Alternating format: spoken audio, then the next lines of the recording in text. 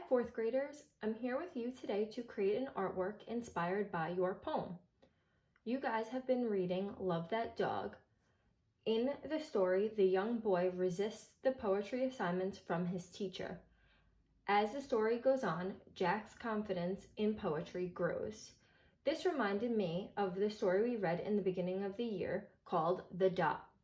Vashti doesn't like art and is very discouraged, until her teacher hangs her dot drawing in a swirly gold frame. That inspired Vashti to continue creating art.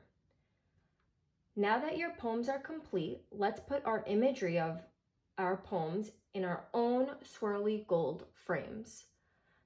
In today's artwork, we will be making our own swirly gold frame, and I will show you how to do this. For today's artwork, you will need one piece of paper, a pencil and eraser, a black marker, and probably a yellow and orange coloring supply. I'm using crayons because it'll be a little quicker for me to color in, but you guys can use whatever you have at home.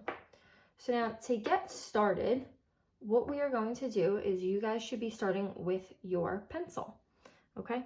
So we are going to take 3 fingers and measure all around our paper with our 3 fingers. This will help us get this rectangle shape in the center of our page and still allow for room to do our swirly designs. So now what I'm going to do is now I'm just going to connect all of my lines. If you guys have a ruler, now is the perfect time to use it. I actually don't have a ruler with me at home. If you don't either, what you can do is you could take another piece of paper and kind of have that guide your lines. So that's another great way of using supplies that you have at home to help you with your artwork. So now I have my rectangle. Now the next thing I'm going to be doing is creating my swirly gold frame all around. So here I kind of created a more pointed frame, but you can do whatever you want. So I think for this one, what I'm going to do is on the edges, I'm going to make kind of like these C shapes because I want them to be rounded on the edges. So I'm going to do that. And then I'm going to think maybe here,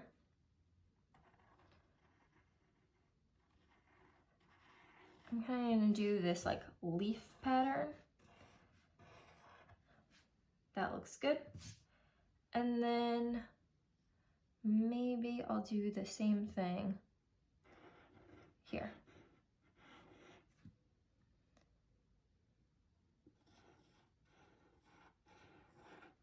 Perfect. So notice that whatever I did at the top, I did at the bottom. Same with this frame. I kind of am doing the same thing if you want it to be a symmetrical frame.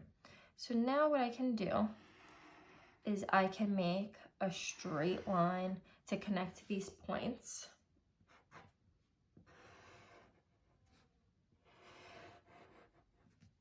So maybe I want to do that straight, but then here maybe I want to do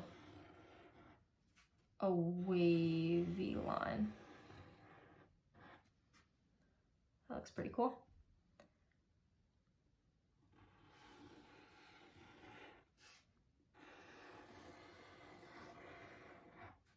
And there we go. So now my frame is done. So on this one, I added some diamond details. Maybe here you want to add some circle details. You can do that too. So I might go in, maybe I'll color these a different color later on. And that looks pretty cool. So now I am done with my frame. Now notice how different these two look, and there are a ton of different ways that you can make your swirly gold frame. So think about that and get inspired by maybe looking at some pictures online of what you might want your frame to look like. So I'm going to move this to the side and I'm going to start coloring this in. The first thing I am going to do is trace over all my lines with a black marker and then erase any pencil lines that I may see. So watch me as I finish up my frame.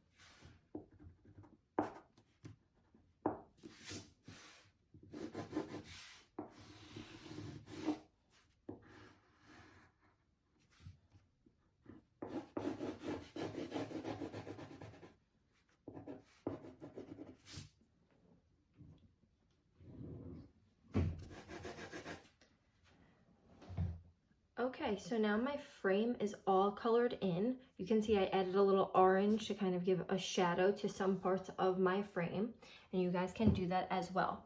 So now what I have to do is fill in my middle piece, and that is going to be the picture that you draw that is inspired by your poem.